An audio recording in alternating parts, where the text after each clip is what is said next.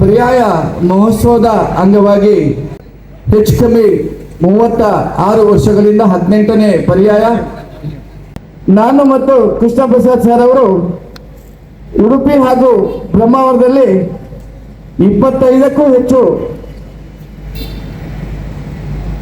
ಉಚಿತ ನೇತ್ರ ತಪಾಸಣಾ ಶಿಬಿರವನ್ನು ಮಾಡಿ ದಾಖಲೆಯ ಹೆಚ್ಚು ಕಮ್ಮಿ 12,000ಕ್ಕೂ ಹೆಚ್ಚು ಕನ್ನಡಕವನ್ನು ಫ್ರೀಯಾಗಿ ಕೊಟ್ಟಿದ್ದಾರೆ.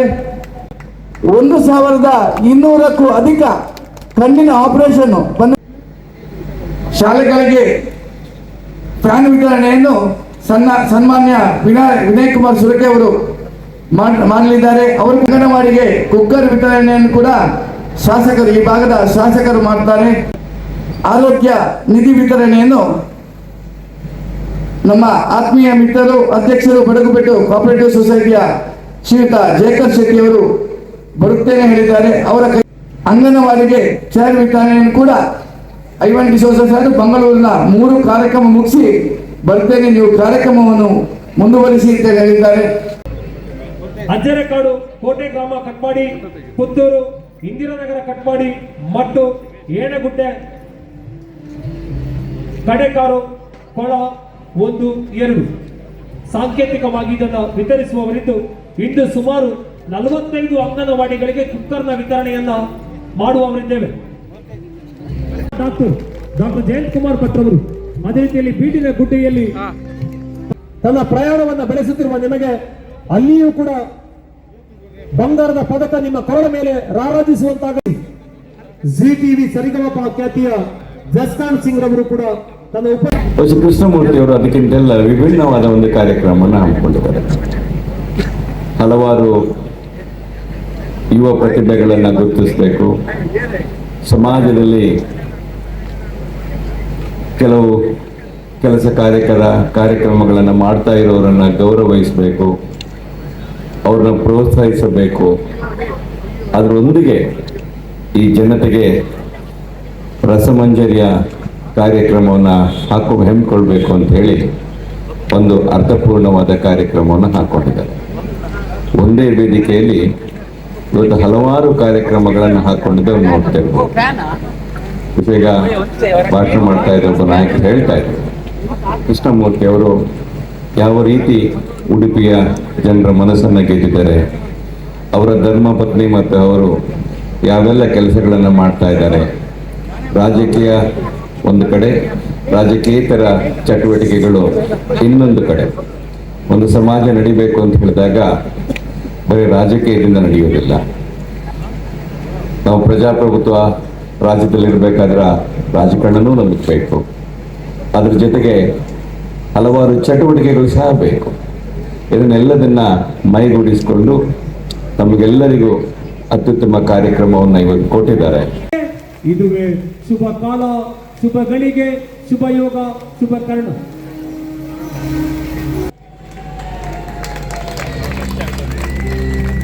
ಕುಕ್ಕರ್ ವಿತರಣೆ, ಫ್ಯಾನ್ ವಿತರಣೆ, ಚೇರ್ ವಿತರಣೆ, ಹೀಗೆ ಈ ಕಾರ್ಯಕ್ರಮದಲ್ಲಿ ಭಾಗವಹಿಸಲಿ. ಬಹುಶಃ ಭಾರತ ದೇಶದ ಸಂಸ್ಕೃತಿ ಅಥವಾ ವಿಶ್ವದ ಸಂಸ್ಕೃತಿ ಎಲ್ಲಿ ಕಾಣಬೇಕಂತ ನೋಡ್ಬೇಕಾದ್ರೆ ಅದು ಭಾರತ ದೇಶದ ಸಂಸ್ಕೃತಿಯನ್ನು ನೋಡ್ಬೇಕಂತೆ. ಭಾರತ ದೇಶದ ಸಂಸ್ಕೃತಿಯಲ್ಲಿ ನೋಡ್ಬೇಕಾದ್ರೆ ಅದು ಕರ್ನಾಟಕದ ಸಂಸ್ಕೃತಿಯನ್ನು ನೋಡ್ಬೇಕಂತೆ. ಕರ್ನಾಟಕ ಸಂಸ್ಕೃತಿ ಎಲ್ಲಿದೆ ಅಂತ ನೋಡ್ಬೇಕಾದ್ರೆ ಅದು ಕರಾವಳಿಯ ಸಂಸ್ಕೃತಿಯನ್ನು ನೋಡ್ಬೇಕಂತೆ. ಕರಾವಳಿಯ ಸಂಸ್ಕೃತಿ ಎಲ್ಲಿದೆ ಅಂತ ಹೇಳಿದ್ರೆ ಅದು ಉಡುಪಿಯ ಈ ಒಂದು ಕಿಣಿಮೂಲಿಕೆಯಲ್ಲಿ ನಮ್ಮ ಮುಂದೆ ಕಣ್ಣ ಮುಂದೆ ಕಾಣಲಿಕ್ಕೆ ಸಿಕ್ಕದೆ ಹೇಳಲಿಕ್ಕೆ ನಾನು ಇವತ್ತು ಬಯಸ್ತೇನೆ. ಇದನ್ನು ಈ ರೀತಿ ಏರ್ಪಡಿಸಲ್ಪಟ್ಟಂತಹ ನನ್ನ ಸನ್ಮಿತ್ರರು, Shri Krishna group of dance ಇದರ ಮುಖ್ಯಸ್ಥರು, ಆಪ್ತಿಮರಾಗಿದ್ದಂತಹ ಶ್ರೀ ಕೃಷ್ಣಮೂರ್ತಿ ಆಚಾರ್ಯ ಹಾಗೂ ಶ್ರೀಮತಿ ಅಮೃತ ಕೃಷ್ಣಮೂರ್ತಿ ಮತ್ತು ಎಲ್ಲವರ ಸನ್ಮಿತ್ರರನ್ನು, ಇಡೀ ಟೀಮ್ ಅನ್ನು ನನ್ನ ಸರ್ವರ ಪರವಾಗಿ ನನ್ನ ಅಭಿನಂದನೆ ಶುಭಾಶಯ ಸಲ್ಲಿಸಲಿಕ್ಕೆ ನಾನು ಇವತ್ತು ಬಯಸ್ತೇನೆ.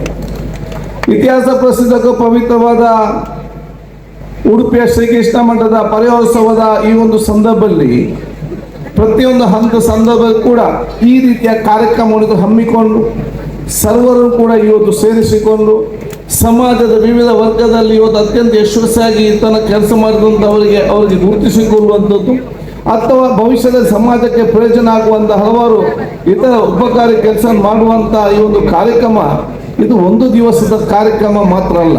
ಅಥವಾ ಒಂದು ದಿವಸದ ಸ್ಟೇಜ್ ಮುಗಿದಾಗ ಅಥವಾ ಕಾರ್ಯಕ್ರಮ ಸಾಂಸ್ಕೃತಿಕ ಮುಗಿದಾಗ ಇದು ಮುಗಿಯೋ ಕಾರ್ಯಕ್ರಮ ಮಾತ್ರಲ್ಲ.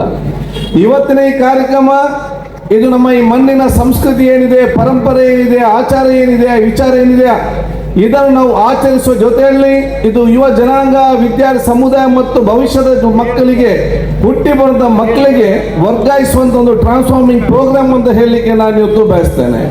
ಇಡೀ ನಮ್ಮ ಸಂಸ್ಕೃತಿಯನ್ನು ಯುವ ಜನಾಂಗ ಮತ್ತು ವಿದ್ಯಾರ್ಥಿಗೆ ಪರಿಚಯ ಮಾಡಿಕೊಳ್ಳುವ ಮತ್ತು ಇದನ್ನು ಸಂಸ್ಕೃತಿಯನ್ನು ವರ್ಗಾವಣೆ ವರ್ಗಾವಣೆ ಒಂದು ಕಾರ್ಯಕ್ರಮ ಇವತ್ತು ಆಗಿದೆ. ಅದಕ್ಕಾಗಿ ಒಂದು ಮಾತು ಯಾವಾಗಲೂ ಕೂಡ ಹೇಳಿ, ಇವತ್ತು ಬಹುಶಃ ಆಧುನಿಕ ಮತ್ತು ತಂತ್ರಜ್ಞಾನ ಕಾಲದಲ್ಲಿ ಎಷ್ಟೇ ಇವತ್ತು ಪಾಶ್ಚಾತ್ಯ ಸಂಸ್ಕೃತಿಗಳು ಬರಲಿ, ಏನೇ ವಿಚಾರ ಬರಲಿ, ಏನೇ ಆಧುನಿಕ ತಂತ್ರಜ್ಞಾನ ಕಾಲಘಟ್ಟದಲ್ಲಿ ಎಂಥ ಪಾಶ್ಚಾತ್ಯ ಸಂಸ್ಕೃತಿ ಬಂದಿದ್ರು ಕೂಡ ತುಳುನಾಡಿನ ಸಂಸ್ಕೃತಿ ಮೆಟ್ಟಿ ಯಾರಿಗೂ ಕೂಡ ಹೋಗ್ಲಿಕ್ಕೆ ಸಾಧ್ಯವಾಗಲಿಲ್ಲ. ಅದು ಇದರಿಂದಾಗಿ ಅಂತ ಹೇಳಲಿಕ್ಕೆ ನಾನು ಇವತ್ತು ಬಯಸ್ತೇನೆ. ಆದ ಕಾರಣ ಇವತ್ತು ಕೃಷ್ಣಮೂರ್ತಿಯವರು, ಶ್ರೀಮತಿ ಕೃಷ್ಣಮೂರ್ತಿ, ಅಮೃತ ಕೃಷ್ಣಮೂರ್ತಿ ಅವರು, ಇವರೆಲ್ಲರೂ ಕೂಡ ಸಮಾಜಕ್ಕೆ ದೊಡ್ಡ ಮಟ್ಟದ ಪರಿವರ್ತನೆ ಕಾರ್ಯಕ್ರಮ ಆಯೋಜಿಸಿ ನಮ್ಮನ್ನೆಲ್ಲ ಕೂಡ ಇವತ್ತು ಆಹ್ವಾನಿಸಿ ನಮ್ಮ ಕೂಡ ಇದರಲ್ಲಿ ಪುಣ್ಯ ಸಿಕ್ಕುವಂತ ಕೆಲಸ ಇವತ್ತು ಆಗಿದೆ ಅಂತ ಹೇಳಲಿಕ್ಕೆ ನಾನು ಇವತ್ತು ಇಚ್ಛಿಸುವಂಥದ್ದು. ಧಾರ್ಮಿಕ ನಂಬಿಕೆ ಅದು ದೌರ್ಬಲ್ಯ ಅಲ್ಲ, ಅದು ನಮ್ಮ ಮಣ್ಣಿನ ದೊಡ್ಡ ಮಟ್ಟದ ಶಕ್ತಿಯಾಗಿದೆ. ಧಾರ್ಮಿಕ ನಂಬಿಕೆ ಅದು ನಮ್ಮ ಮಣ್ಣಿನ ದೊಡ್ಡ ಶಕ್ತಿ. ಆದರೆ ಪ್ರತಿಯೊಂದು ಧರ್ಮವು ಕೂಡ ಬಹುಶಃ ಅದು ಒಬ್ಬನಿಗೆ ಮನಸ್ಸಿಗೆ ಮತ್ತು ದೇಹಕ್ಕೆ ಗಾಯ ಮಾಡುವಂತ ಕತ್ತಿ ಆಗಬಾರ್ದು. ಪ್ರತಿಯೊಂದು ಧರ್ಮ ಕೂಡ ಇನ್ನೊಬ್ಬರ ನೋವು ಮತ್ತು ಮನಸ್ಸಿನ ಮತ್ತು ಹೃದಯದ ಮತ್ತು ಬಹುಶಃ ದೇಹದ ಗಾಯವನ್ನು ಗುಣಪಡಿಸುವಂತಹ ಮುಲಾಮು ಮತ್ತು ಔಷಧಿ ಇವತ್ತು ಆಗ್ಬೇಕಂತ ಹೇಳಲಿಕ್ಕೆ ನಾನು ಇವತ್ತು ಬಯಸ್ತೇನೆ. ಮಹಾಜನತೆ ಸುಮಾರು 800